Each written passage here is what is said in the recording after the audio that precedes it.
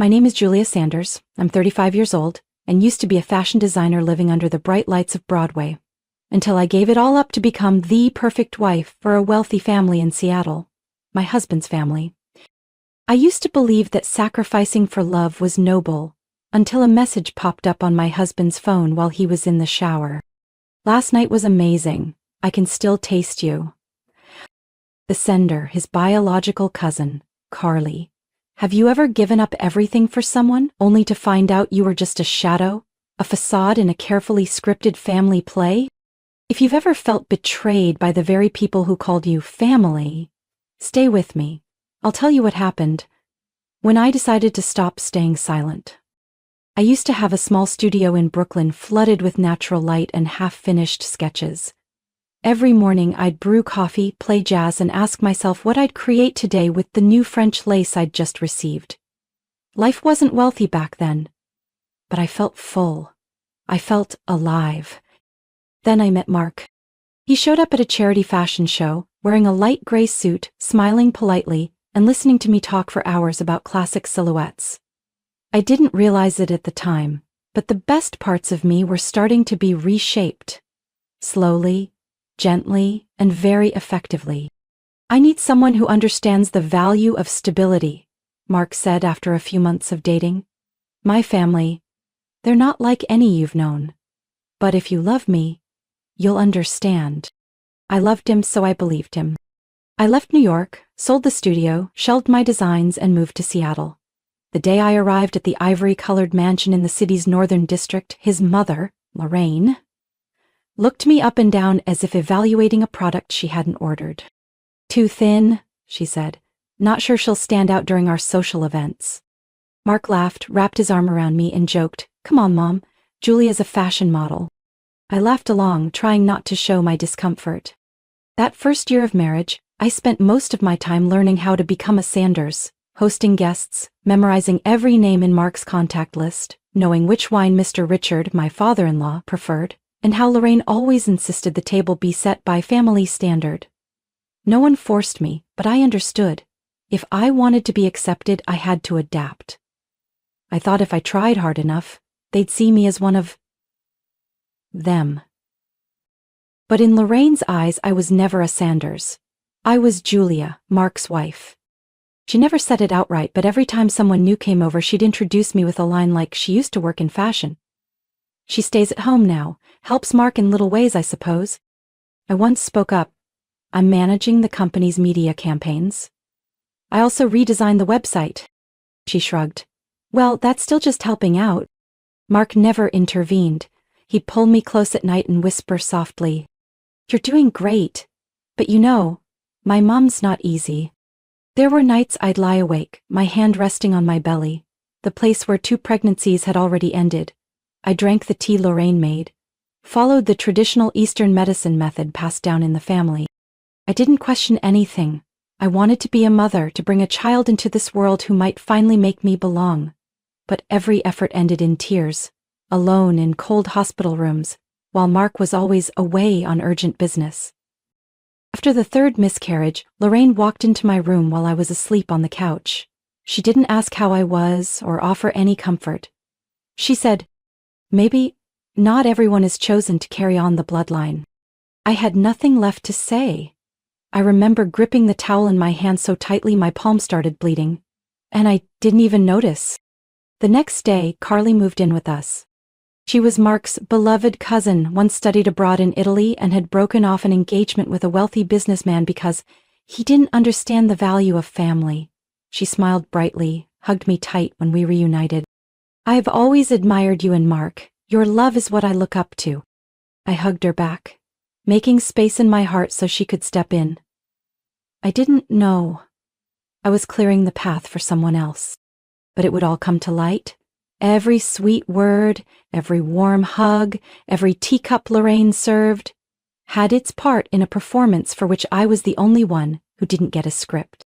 I started suspecting, not because Mark suddenly became distant, he'd never truly been close, but because of Carly's silence. The woman who used to chatter nonstop about coworkers, about finding her own apartment, about how my dresses were elegantly enviable, went quiet. She still lived in the house, still called me Julia, still smiled at breakfast. But the way she looked at Mark when he poured coffee, the way they avoided holding eye contact when I was present, made my skin crawl. One evening in early March, Mark told me he had to check the company's server system. Internal audit coming up.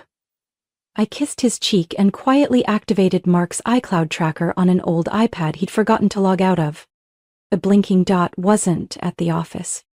It was parked at a luxury condo near Lake Union, a neighborhood Mark once told me was not safe, don't come late. I tapped for details. The address sent a chill down my spine. Carly had once used that exact address on a library card application. I remembered because I had been her sponsor. I grabbed the car keys and drove. Seattle at night was cold and thick with mist. I wasn't planning to confront, I just needed to see, with my own eyes. By the time I arrived, Mark's SUV was already there. A warm yellow glow came from the sixth-floor window. I could see shadows moving inside. I stood in the rain, hands clutching the wheel, then slowly drove away. The next morning I entered my small home office in the mansion to check our company's bank account. Both Mark and I had access, but he was the main administrator.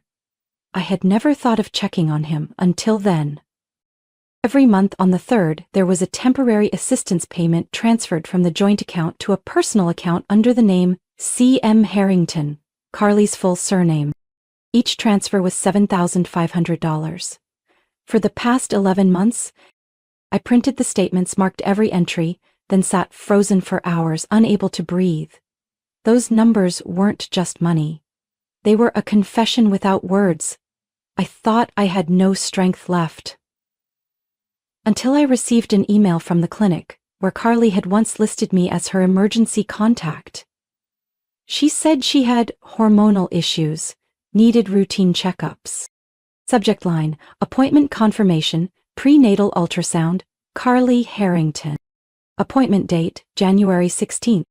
I had to read it 3 times. January 16th. I was in the hospital because of my 3rd miscarriage. Mark didn't come. He texted that he was meeting with a financial advisor in Bellevue.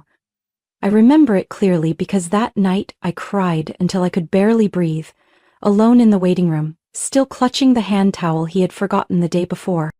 I don't know how long I cried after reading that email. I only remember the sound of water running endlessly from the kitchen faucet, and the coffee stains spreading across the floor. Spilled at some point without me noticing.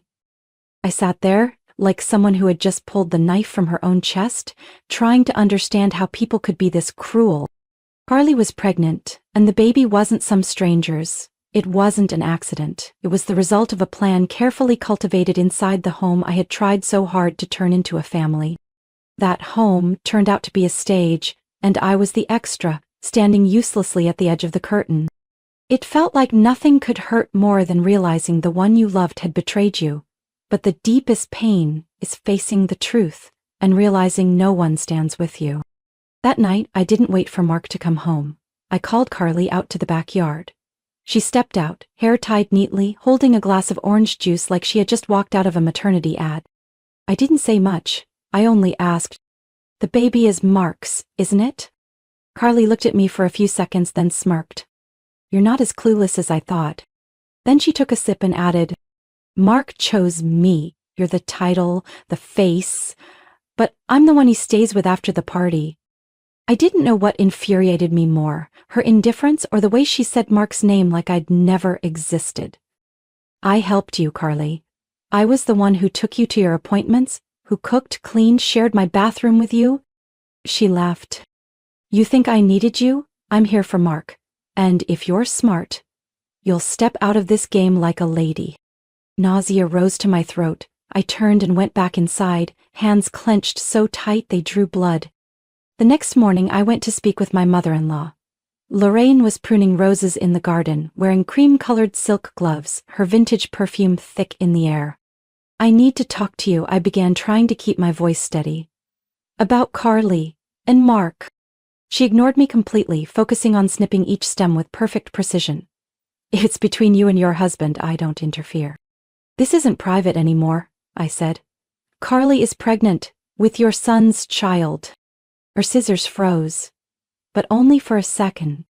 Sanders don't divorce, she said slowly, turning to face me. We don't let petty issues affect the family image. If you plan to make a scene, remember whose house you're living in. I stood there in the morning sun as if slapped by words that didn't need to be shouted. I used to think Lorraine disliked me because I wasn't like them, but the truth was, I had never been seen as a person. I was just a decorative part of an estate they had designed long before I arrived. That night, I got a call from an unknown number. It was Matt Carley's ex-brother-in-law, the one who had vanished from family events without a trace. Julie, I heard what happened, he said, voice low, tinged with sympathy.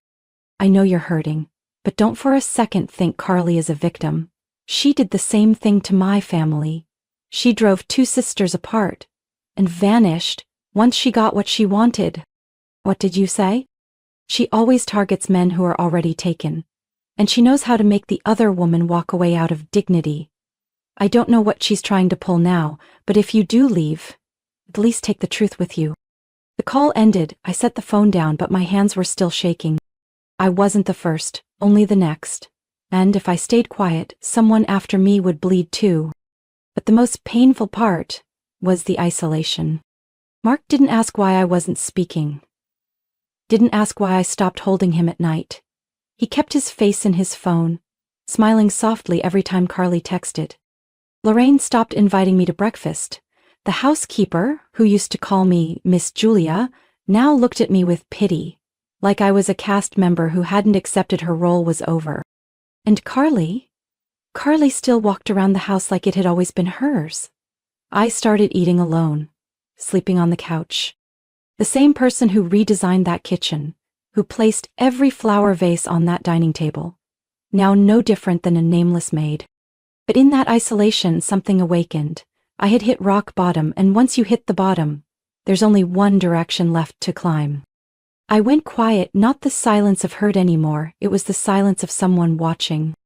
I woke earlier than Mark, made coffee like usual, set the table like always, and while he slept, I quietly reinstalled tracking software on the iPad still stored in our shared office, an asset I had legal access to under the home purchase agreement. Every message, email, calendar appointment was routed to a secure account set up by my lawyer. I didn't cry anymore when I read Mark's message to Carley. Mom says as long as she signs the resignation letter at the company, everything will go smoothly. Or the line Carley replied with, I think she's starting to suspect, should we push the plan forward? I didn't know exactly what the plan was, but I knew I was running out of time. I scheduled a meeting with a private attorney named Eleanor Price, a former federal financial prosecutor who now ran a small firm specializing in divorce cases involving abuse and hidden finances.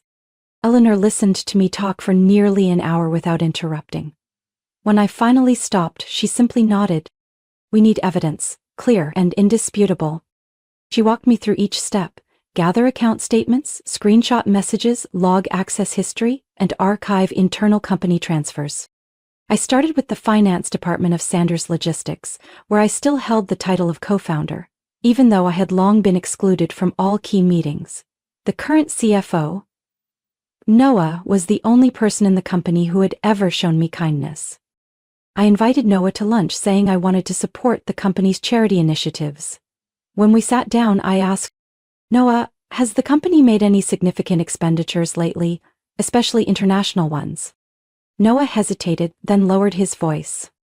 Julia, your name is still on the financial file, but recently Mark transferred over $400,000 to an account in the Caymans listed as an investment for international market development.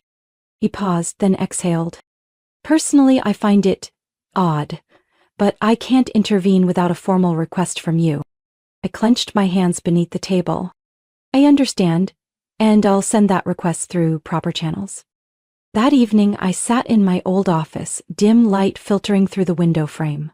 On the screen were bank statements, emails downloaded from iCloud, and message threads with eerily aligned timestamps. Every time I had a miscarriage, Mark was on a business trip, and Carley was conveniently out sick.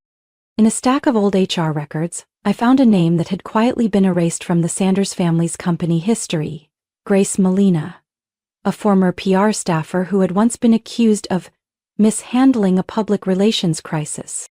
I remembered Grace because I once saw her crying in the restroom, right after Carly had exited the boardroom looking very satisfied. I found Grace on LinkedIn. We met at a small cafe in Capitol Hill. At first, she was cautious. But when I told her I too had become a victim of a similar setup, she looked at me for a long time, then pulled a USB drive from her wallet.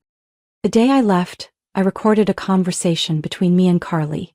Grace said, "I never intended to use it, but if it helps you reclaim some truth, I don't need to keep it anymore." I went home and played the recording. Carly's voice rang out, clear, confident, not a flicker of hesitation. "If you want to keep a man, don't be stupid enough to actually get pregnant. Smart women use that as a weapon. Fake pregnancies, fake pain, fake heartbreak. Men love the victim role." I sat there, head in hands, heart pounding.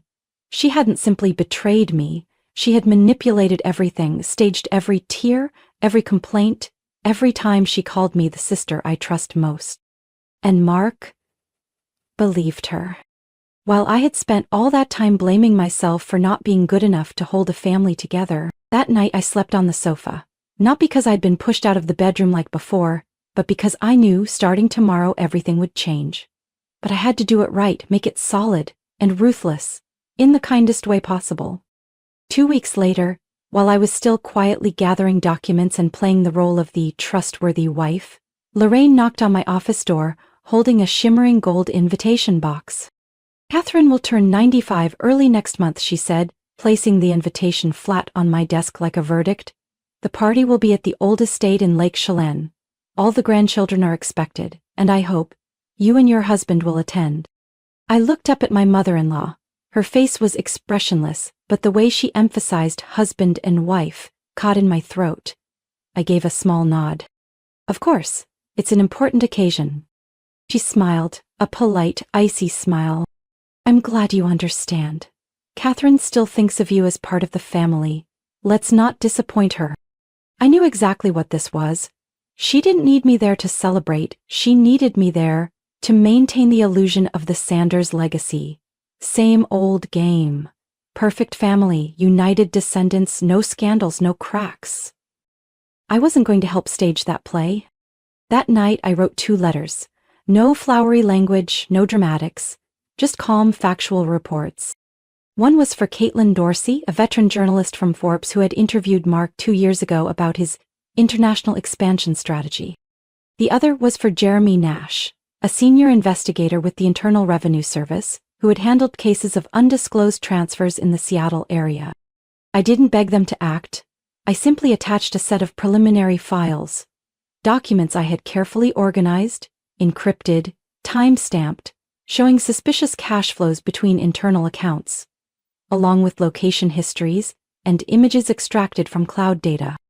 The final line of each letter read, "I don't know if this truth is big enough for anyone to care, but if I'm right, this isn't just a family matter. It's a matter of justice." I sent the letters using a private address Eleanor had provided. Proper format, proper procedure, no trace. Then I closed the laptop and returned to the performance. Each morning, I had breakfast with Mark as if nothing had changed. I still made his favorite coffee, half shot of espresso, light on sugar, oat milk foam. I listened to him complain about difficult clients, about Carly acting moody from hormone shifts, about his mother wanting the birthday party perfect enough to make the local paper. I nodded, smiled, and suggested napkin colors. I even went with Mark to the fitting for his suit for Catherine's birthday, still linked arms with him as we exited the tailor. His friends, mostly business partners, still looked at us with admiration. A beautiful, stable, successful couple. No one saw me each night, lying with my back to Mark, clutching my phone, waiting for Eleanor's confirmation that every document had passed legal review. No one saw the look in Mark's eyes when he texted under the table, phone hidden beneath a napkin, fingers moving fast, expression unchanged, still playing the perfect husband. But I saw everything, and I documented it all. The drive to Lake Chelan took 3 hours. Mark drove. I sat silently in the passenger seat. As the car wound through pine-covered hills, he turned to me. Thank you for coming. Mom will be happy, and so will Grandma Catherine. I turned to him and smiled. I think this time will be unforgettable. He didn't suspect a thing. I glanced at the rearview mirror, seeing the luggage strapped tightly. Inside was my personal laptop, a hard drive with all the backup files, and an encrypted USB drive fitted with an auto-signal device in case of disconnection.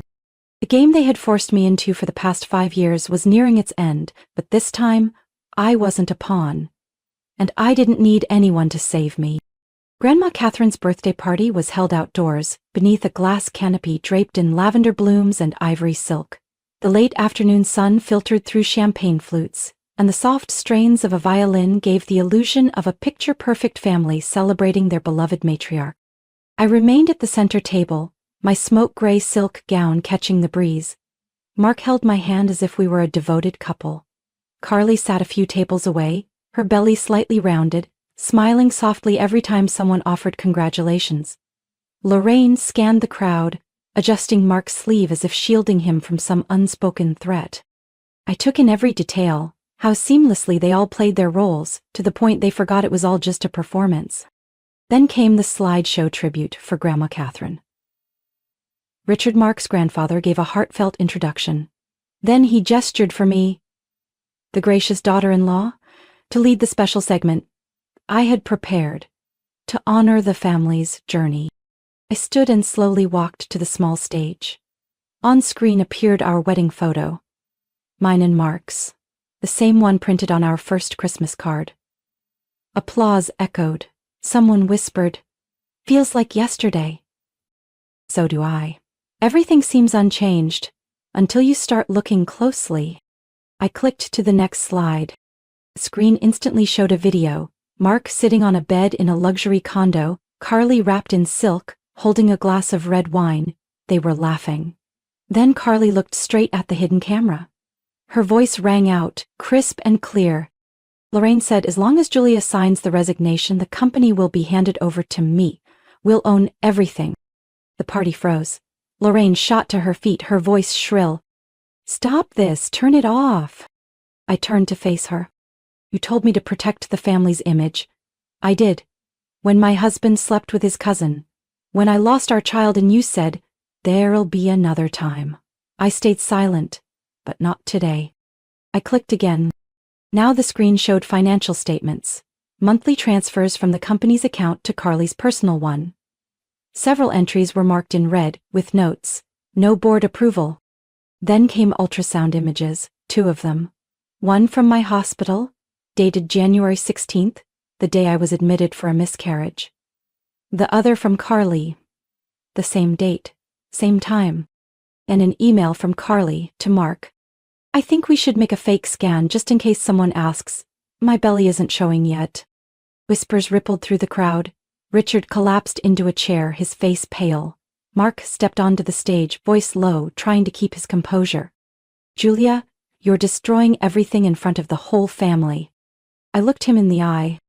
"What you call a family destroyed me. This time, I'm just returning the truth." I clicked once more. The screen displayed 2 documents, the divorce petition enforcing our prenuptial clause on infidelity, alongside legal files my attorney had prepared, and a formal complaint of financial misconduct submitted to the IRS, clearly addressed to Jeremy Nash. The once stiff atmosphere cracked, then crumbled, chaos erupted. Lorraine staggered, Carly clutched her belly as if in pain, but I knew it wasn't a contraction. It was fear. Everything they'd tried to hide behind the curtain of dignity and Sanders' bloodline was now exposed. Every number, every word, every lie, preserved on a hard drive I had spent nearly a year compiling. After the party, everything unraveled faster than I expected. 2 days later, Mark showed up at my mother's house on Bainbridge Island, where I was staying. He came alone, no lawyer, no defense, only the weary face of a man stripped of every illusion. "Julia, you can't do this," he said, his voice hoarse. "The media's all over the company. Investors are pulling out. If you withdraw the complaint, if you give me time to fix things, I'll transfer all my personal assets to you, I swear." I looked at the man who had once been my husband, The one who used to place his hand on my belly every time I thought I might be pregnant. The one who cried when we lost our first baby. But now, all I saw was a stranger. "You don't need to give me anything," I said calmly. "I didn't do this for money. I did it to take back what I lost, my dignity, my voice, and the truth." He bowed his head, exhaled. "You're tearing my whole family apart." I clenched my fists, the words slicing out like cold steel. "No, you did that. When you slept with Carly, when you let your mother decide my worth, when you smiled at her in that clinic while I bled alone in the bathroom." Mark said nothing more, and I didn't wait for him to. I closed the door, on him, and on the life I had been dragged into as a stand-in. The next afternoon, I was folding clothes into a suitcase when Eleanor called. "Julia, the court has officially frozen all of Mark's personal assets pending investigation," she said. "I just received a copy of the judge's order. We're halfway there." I sank onto the edge of the bed, still holding the old wool scarf I once knitted for Mark every winter. Part of me wanted to cry in relief. Another part felt hollow, like something fundamental had been carved out of me. I remembered what my mother once told me. Forgiveness is for yourself, not for them. But you can only forgive once you've looked at the wound and no longer fear it. I hadn't forgiven. And maybe I never would. But I wasn't afraid anymore. Not of Lorraine's stare. Not of Mark's empty promises. Not of the hands that pretended to lift me up while pushing me down. They thought I'd stay quiet, because they mistook me for the version they created. The agreeable wife, the obedient daughter-in-law, the woman who knew how to retreat when hurt. They didn't realize? I had gone so far, there was no way back. And that's exactly why I had nothing left to lose. Except myself, if I let them keep controlling me.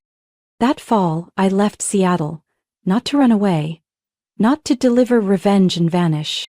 I moved to Portland, a place far enough not to run into the past by accident, but close enough not to feel like I was starting from zero. My design studio sits in an old warehouse, with sunlight streaming through the skylight, bathing rolls of linen, wool, and silk folded neatly on wooden shelves. No flashy signs. No PR campaign. Just a space to begin again, with my hands, my eyes, and the first stitches of someone no one ever believed could create beauty. I teach classes every Tuesday and Thursday, free of charge. My students are women who once fell into silence, like I did. A woman who quit her job because her husband controlled everything. A single mother whose mother-in-law forced her into an abortion. An older woman whose brother stole the family house after their parents died. We didn't talk about pain in those classes, we sewed, and with each stitch, the weight of endurance slipped from our bodies like a long exhale at the end of the day. I lived in a loft apartment near Selwood Park. I often sat by the window in the late afternoons reading while looking out at the fiery red maple trees. Every evening I played old jazz records, the same ones I used to listen to in Brooklyn. I could sleep again without dreaming of hospitals, or dinner parties where I sat beside a man who no longer loved me. Then one day I received a file from a children's advocacy center Eleanor, my attorney, had once mentioned. A 6-year-old girl, named Lily, dark brown hair, wide eyes, quiet. She'd lived in 4 foster homes. No one kept her longer than 3 months. She liked to draw, but didn't speak. I didn't know why I started crying when I saw her photo. Maybe it was her eyes, or maybe it was the crayon sketch attached. A house, and next to it 2 people holding hands. Underneath, in wobbly letters, "You don't have to be born from a mom to be one." I filed the adoption request that same day. 3 months later, Lily came to live with me. She didn't call me Mom right away, she called me Julia. But every night, she'd crawl into my bed, curl up like a little kitten, and sleep soundly without waking. One night I asked her, "Why did you draw 2 people holding hands?" Lily answered, "Because one person isn't strong enough to stand if the wind blows hard." I held her close, feeling life restart. Not from a wound, but from a small hand that knew when to reach back. The Forbes interview came after that. They didn't want to write about the old scandal, but about the Healing Through Design program I had started in Portland. The young journalist asked, How did it feel to lose everything you once called family? I looked out the window, where Lily sat folding paper with women who once believed they no longer had worth.